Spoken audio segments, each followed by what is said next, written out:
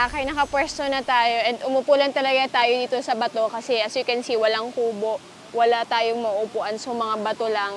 And may mga naliligo. Sabi daw, every Saturday, Sunday, ang daming tao dito. And today is Tuesday, so kaya wala masyadong tao.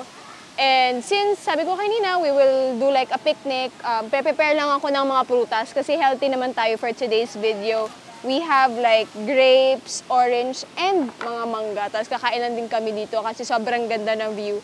So, na-appreciate ko kasi yung falls, it's very like, ma-enjoy mo talaga yung sobrang ganda na nature.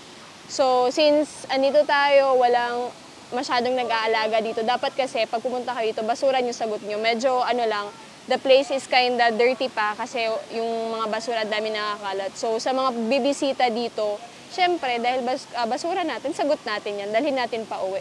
So ngayon, samahan nyo na ako. Nag-lecture pa, ano? Hindi naman. Appreciate natin yung gandang ito. So dapat natin pangalagaan, ano? Kahit walang nagbabantay. So yun. We have orange and then... Ayan, prutas-prutas tayo kasi healthy lang po tayo for today's video. Gusto ko sanang mag-ihaw, pero prutas lang muna. And... Ay, syempre, hindi mawawala ang aking mangga. I love mangga very much. Meron tayong bagoong. Bakit mo ito?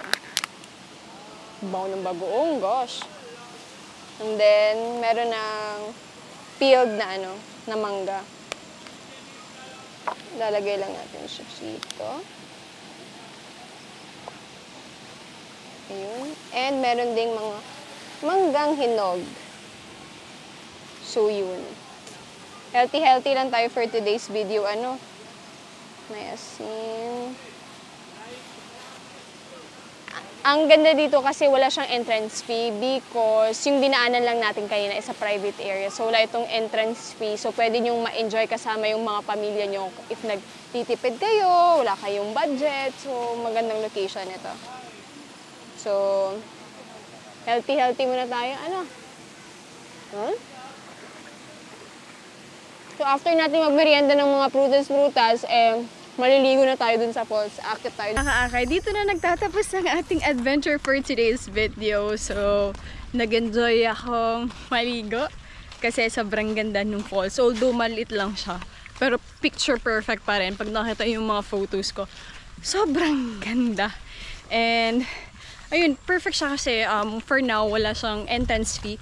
So, libre sa lahat. For as long as, syempre, ingatan din natin once na bibisita tayo dito. So, mga kaakay, again, paulit kong sinasabi, it is #rediscovering Laguna. So, marami pa tayong lugar na bibisitahin. Marami pa tayong pagkain na titikman. Hanggang sa susunod, mga kaakay, huwag niyo po kalimutan, of course, i-follow lahat ng social media pages ng aking ni Sol sa Facebook, sa YouTube, sa Instagram, and ng Alagang Sol Aragones on the go. Hanggang sa susunod na paglalakbay ni Inday Fatima. By the way, ilalagay ko ang exact location nitong lugar kung saan nyo mabibisita. Again, hanggang sa susunod na paglalakbay ni Inday Fatima. Thank you for watching. Bye-bye! Yeah!